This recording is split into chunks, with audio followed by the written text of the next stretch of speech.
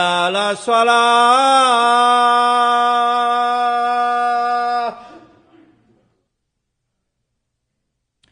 حي على الصلاة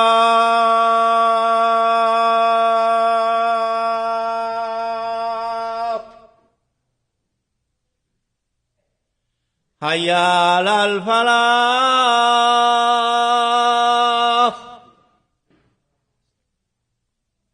حي على الفلاح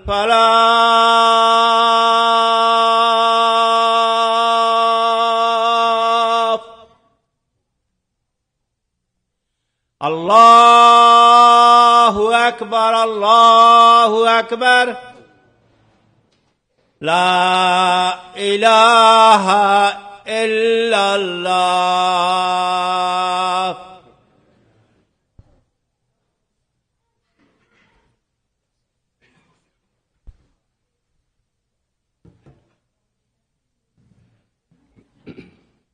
إن الحمد لله نحمده ونستعينه ونستغفره ونعوذ بالله من شرور أنفسنا ومن سيئات أعمالنا من يهده الله فلا مضل له ومن يضلل فلا هادي له وأشهد أن لا إله إلا الله وحده لا شريك له وأشهد أن محمدا عبده ورسوله أما بعد أوصيكم ونفسي بتقوى الله عز وجل فقد أمرنا الله بذلك في القرآن المجيد بعد أعوذ بالله من الشيطان الرجيم بسم الله الرحمن الرحيم يا أيها الذين آمنوا اتقوا الله حق تقاته ولا تموتن إلا وأنتم مسلمون. We begin in the name of Allah, Beneficent, the Merciful. On this blessed day of Friday, we turn to Allah subhanahu wa ta'ala, praising Him, seeking His assistance, seeking His forgiveness. We seek refuge in Allah Most High from the evil whispers of our own souls. And indeed, we are fully convinced that one who is guided by Allah subhanahu wa ta'ala can never be misguided. One who is in need of guidance cannot be guided except by Allah subhanahu wa ta'ala.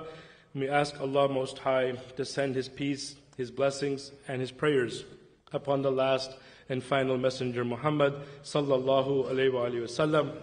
And I remind myself and my brothers and sisters of the duty to have taqwa, to be God conscious, about which Allah subhanahu wa ta'ala says in the Quran, O you who believe, be conscious of Allah as He deserves that you be conscious of Him. وَلَا تَمُوتُنَّ, and do not pass away except that you are in a state of submission. And we begin in these heavy days always reminding ourselves that Allah subhanahu wa ta'ala is in charge, and no matter what court or what international body decides, we know of the suffering of our brothers and sisters in Palestine, and we ask Allah subhanahu wa ta'ala to send indeed relief, immediate relief to them, and to accept those who have passed away to the highest stations of paradise, and to grant relief to those who are healing, to those who have been physically wounded, and those who are dealing with emotional trauma. May Allah be with them. Today's topic from the Imam's office is continuing in the characteristics and the attributes of Allah subhanahu wa ta'ala and the practical lessons that we can derive from them. And the characteristic today is Al-Alim. Allah subhanahu wa ta'ala, about Himself, says that He is one who is all-knowing. All-knowing. So in the realm of knowledge, when you think about who created us and who endowed us with the ability to even have the faculty of reason, to be able to know right from wrong, to be able to ultimately look at the signs of Allah subhanahu wa ta'ala and accept the fact that none of this could have happened except that there is a creator and that He is ultimately the one in charge. But the one who created us also did not give us infinite knowledge. And in the Quran reminds us that we are indeed created, not only fi kabad, in struggle, but we are also created weak. And that indeed we go from cycles, from infancy to old age, from cycles of weakness to strength and returning to weakness. All of this is known, and no human being, whether Muslim or not, contests this. Where the challenge becomes is, what is knowledge? How does one acquire knowledge? And indeed, why does Allah subhanahu wa ta'ala give Himself the attribute of the all-knowing? So throughout history, the obsession has always been that if you were to be in charge, then you would be the one who knows everything. And so ultimately, someone who is a manager or a supervisor or a CEO, one of the worst nightmares they have as a human being is when they say, I was blindsided. With all of the planning, with all of the people that I have around me to be working for us and to be, developing these contingency plans and this, that, and the other, all of a sudden we were blindsided. Instead of just saying, we realize that we are human and that we'll never be able to achieve the infinite wisdom that Allah subhanahu wa ta'ala attributes to Himself. But in that is also a degree of arrogance, that there are people who by degrees of knowledge, physical degrees of knowledge, earning them in terms of associates and a bachelor's and a master's and a PhD and a JD and an MD and an EDD and all kinds of degrees. But all of those degrees are specialized. No one says that a medical doctor, by virtue of achieving a medical degree, now knows everything. In fact, even within medicine, they will say we need a specialist if someone has a brain injury. We need someone who is specialized in the study of the brain and is able to operate and do surgery on the brain. So what is it? What is it about that thirst for wanting to know and to be the one who knows everything? This is where shaitan comes in. This is where shaitan comes in. Allah subhanahu wa ta'ala, upon creation of Adam alayhi salam, He says that He taught Adam the asma, the names of everything. The names of everything. And in some scholarly interpretations, it has been said that what this means is that Adam alayhi salam, and we are literally a part of the DNA of Adam alayhi salam. So by teaching him, knowledge continued in that DNA until it came to us. So whatever it is that we do know is a part, a minuscule part of what Allah subhanahu wa ta'ala had taught Adam alayhi salam. But it doesn't stop us from then bending to the whispers of shaitan. And Allah subhanahu wa ta'ala also said about that na'alamu, that we know about what waswasa occurs in your minds. Because sometimes people think, well, it's my thoughts, nobody knows about them. Yes, most likely nobody knows about them. But Allah subhanahu wa ta'ala even knows our deeper, innermost thoughts. And that's something no technology has been able to derive yet. They can follow patterns. They can monitor brain waves and say, this is when anger entered the mind, when they put a stimulus or a stimulant in front of them and a picture of someone being hurt and maybe there's mercy and waves are occurring in the brain that show that. But nothing beyond that. No one can predict what's in the mind of that person. So when the Prophet ﷺ is being revealed the Quran, the point about shaitan, that his weakness was what? Was that Allah subhanahu wa ta'ala had also then said to bow to that which He created, which is Adam alayhi salam. And Adam alayhi salam is made of water and clay. Iblis is made of fire.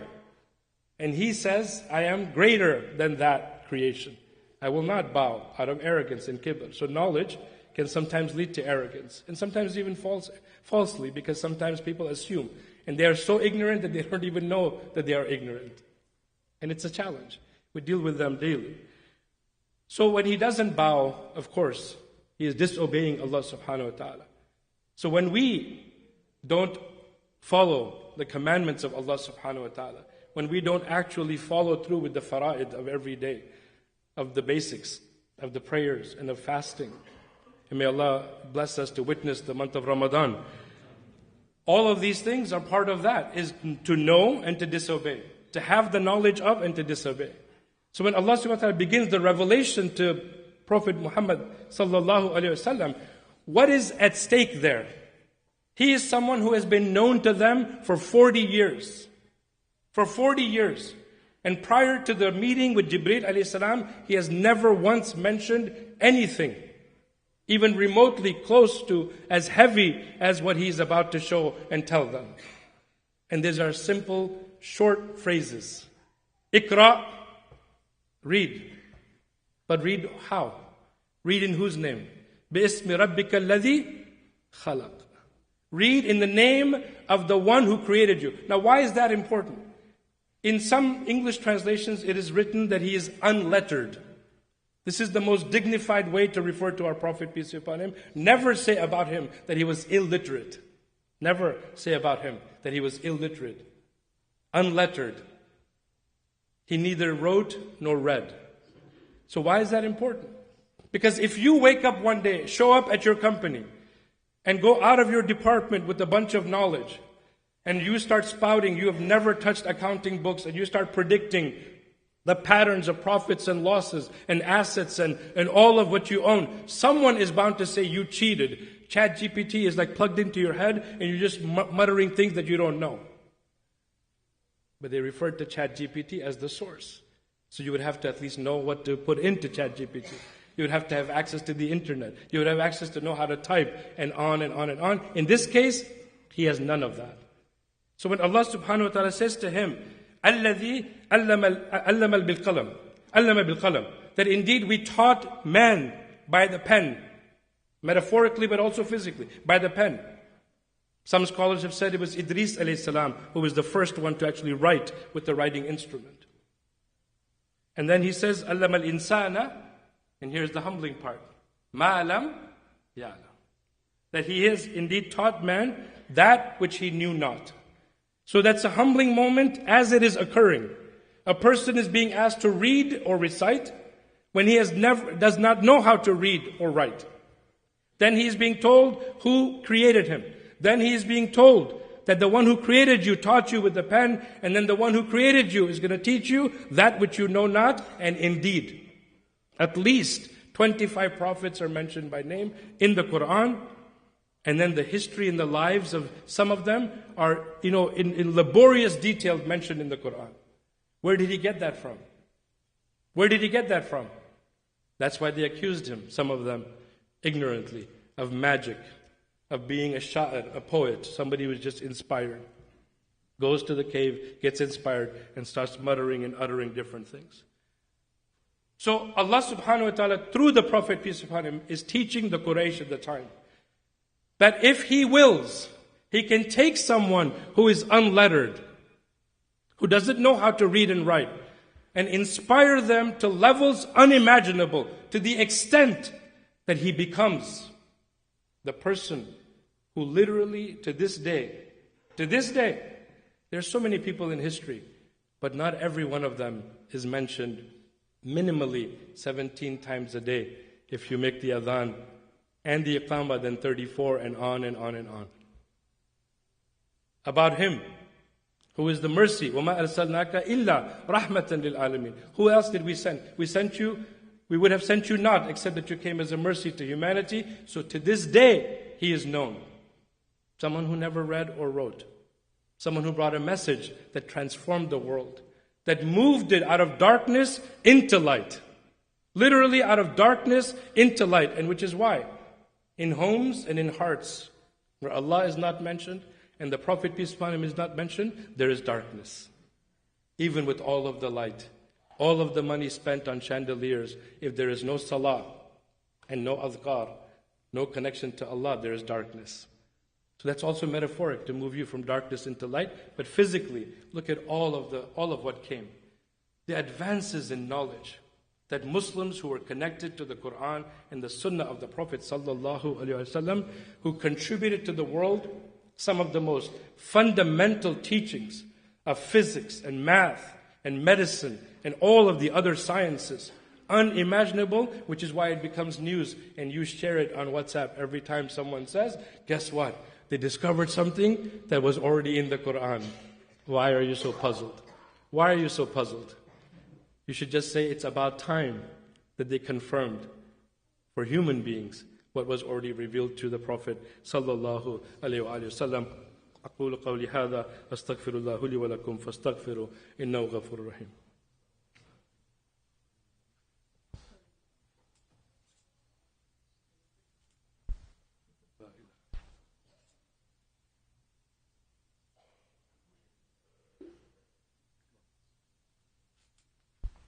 Bismillah, alhamdulillah, والصلاة والسلام على رسول الله إن الله وملائكته يصلون على النبي يا أيها الذين آمنوا صلوا عليه وسلموا تسليما اللهم صل على محمد وعلى آل محمد وبارك وسلم. Alayhi salatu wassalam recommended among other things of the Sunnah of Friday to recite Surah Kahf. Whether you do it after Maghrib on Thursday night or sometime during the day before Maghrib on Friday. Surah Kahf, among the 4 major stories, has the connection with knowledge and Musa alayhi salam, who in a very humbling way, Allah subhanahu wa ta'ala connects him. And he says in verse 66 and 67, then they found one of our abd, which is Khidr alayhi salam, unto whom we bestowed mercy from among us. That Allah subhanahu wa ta'ala sent him a teacher. Sent him a teacher. And in this is the etiquette. In this is the etiquette of saying, if he is Al-Alim, the all-knowing, I may be going through something. But if I do not exhibit, number 1, the humility to know he has more knowledge than I will ever know, even if I read my entire insurance policy, frontwards and backwards, he has more knowledge about what's going to happen. So I humble myself to submit to him that this is the reality of what he caused to happen. From the humility extends to what? The appreciation for the fact that I still have the faculty to be able to acknowledge what is happening. Then the sabr and the patience to say, whatever is befalling me, it is from the qadr of Allah subhanahu wa ta'ala. And we don't have enough time to go into it. But there are people who said, well, if he knows everything, if he already destined everything, what is the point of me trying? The point of me trying is me getting closer to my Lord who blessed me with all of that. That's the point of me trying. Because when you're hired for a job and they say you're going to get X amount of salary, why do you stop trying? Because you already know you're going to get paid. Because if you don't fulfill the obligations of the contract for which you were hired, you will not last more than 90 days of the probation period. If that. So why do we play with what Allah has given us? So in that, Musa alayhi salam consistently has to keep saying what? I'm going to be patient. I'm going to be patient. Because he keeps asking. Things are happening. He sees life unfolding. Ghazans are being massacred on a daily basis. 2 mothers at a time. I can't make sense of it. My heart is grieving. It's broken. What do I do? Turn to Allah subhanahu wa ta'ala in the last third of the night and say, oh Allah, we are weak, but you are almighty. We don't know, but you know. We may be witnessing a point of weakness among ourselves, but you are strong. And through you, you can defy the laws of physics and turn policies and leaders upside down when it is your time, when you will it to happen. So Musa alayhi salam is being taught this, one after the other. Just be patient, and then I will tell you all of what you needed to know.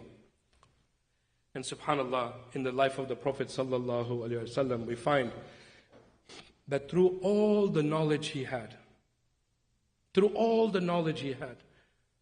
firasa that he was given. Firasa is a very, very specific attribute and characteristic where someone can look at a person and completely diagnose their emotional and physical states in a glance. He had that. He had the knowledge of prophets that had not even been mentioned in recent times among the Christians and the Jews. And yet, not once do you find him trying to one-up the people in front of him. Not once do you find him trying to appear to be, do you know who I am? Because they even couldn't find him. Delegations came to visit him. Because of knowledge, sometimes we elevate people metaphorically and physically. Delegations came to visit him, and they would have to say, which one of you is Muhammad? Sallallahu alaihi wasallam. Which one of you is Muhammad? He didn't have the degrees around his neck. No major elevation of his stage, no platform, no nothing. He was there, and a bashar. He's as a human being, just like the rest of you. So Musa alayhi salam is taught that. Then we look at the life of the Prophet sallallahu alaihi wasallam, and we're taught that. That knowledge is what? Is the road to humility. To learn is to become humble. To learn and to apply is to become wise. And ultimately, that's what we will be held responsible for. What did you know and what did you do with it? So when He, Al-Alim, has given us all this, believe me, do not despair. And do not look around and think we know everything. Even the judges who sit on any international court do not know everything. They cannot know everything. They are human beings. We hope that they exercise fairness and justice. But we know that the ultimate justice is with Allah subhanahu wa ta'ala. Allahumma ya Allah, ya dal jalali wal kamali wal ikram. اللهم أعز الإسلام والمسلمين اللهم أنصر الإسلام والمجاهدين في كل مكان يا عزيز يا جبار يا كريم يا غفار اللهم اغفر لنا ولوالدينا اللهم اغفر لنا صغيرنا وكبيرنا وحينا وميتنا وشاهدنا وغائبنا وذكرنا وأنثانا يا رب العالمين اللهم أصلح قلوبنا أصلح آمالنا واستر عيوبنا واغفر ذنوبنا وأحسن خاتماتنا يا رب العالمين ربنا هب لنا من أزواجنا وذرياتنا قرة أعين واجعلنا للمتقين إماما ربنا آتنا في الدنيا حسنة وفي الآخرة حسنة وقنا عذاب النار اللهم اشف مرضانا ومرضى المسلمين اللهم اشفي مرضانا ومرضى المسلمين اللهم اشفي مرضانا ومرضى المسلمين وصلى الله تعالى على خير خلقه محمد وعلى آله وصحبه أجمعين برحمتك يا أرحم الراحمين أقم الصلاة. No extra charge. No extra charge. الله أكبر الله أكبر أشهد أن لا إله إلا الله أشهد أن محمدا رسول الله حي على الصلاة حي على الفلاح قد قامت الصلاة قد قامت الصلاة الله أكبر لا إله إلا الله. They say no move like this. Straighten your line, inshallah, and fill the gaps. Focus on your prayers. Make dua for yourselves, your families, Muslims here and around the world.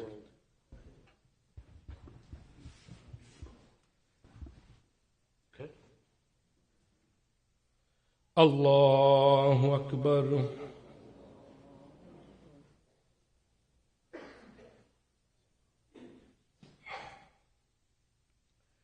Alhamdulillahi Rabbil Alameen Ar-Rahmanir Rahim مالك يوم الدين إياك نعبد وإياك نستعين اهدنا الصراط المستقيم صراط الذين أنعمت عليهم غير المغضوب عليهم ولا الضالين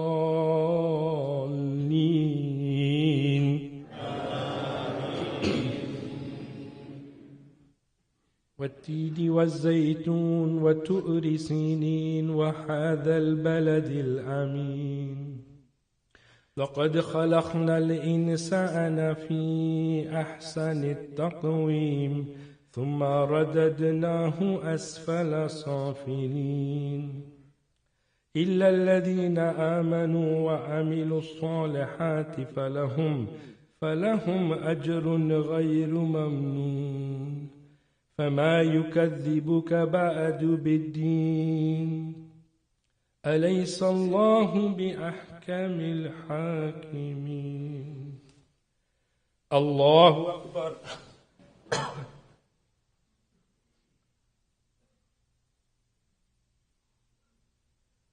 سمع الله لمن حمده. الله أكبر.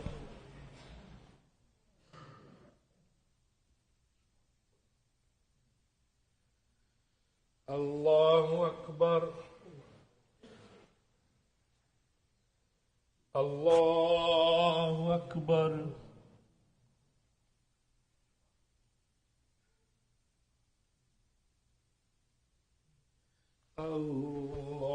الله أكبر. الحمد لله رب العالمين الرحمن الرحيم مالك يوم الدين إياك نعبد وإياك نستعين اهدنا الصراط المستقيم صراط الذين أنعمت عليهم غير المغضوب عليهم ولا الضالين.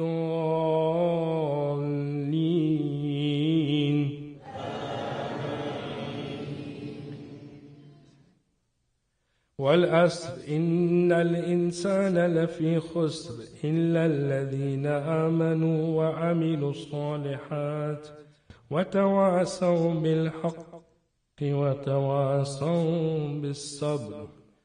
الله أكبر.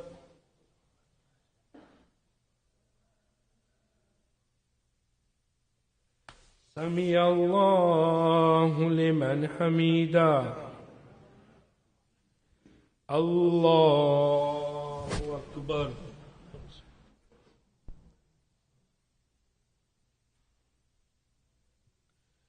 الله أكبر. الله أكبر.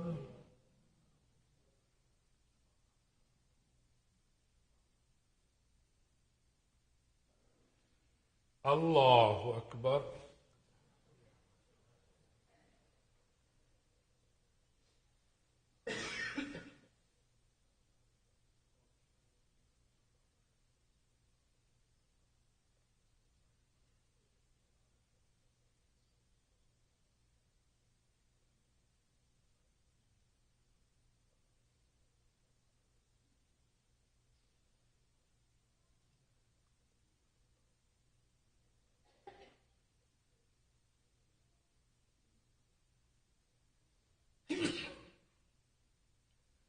السلام عليكم ورحمة الله. السلام عليكم ورحمة الله. Please remember to donate to the masjid and give them feedback. This is a new microphone system we're trying out, so inshallah.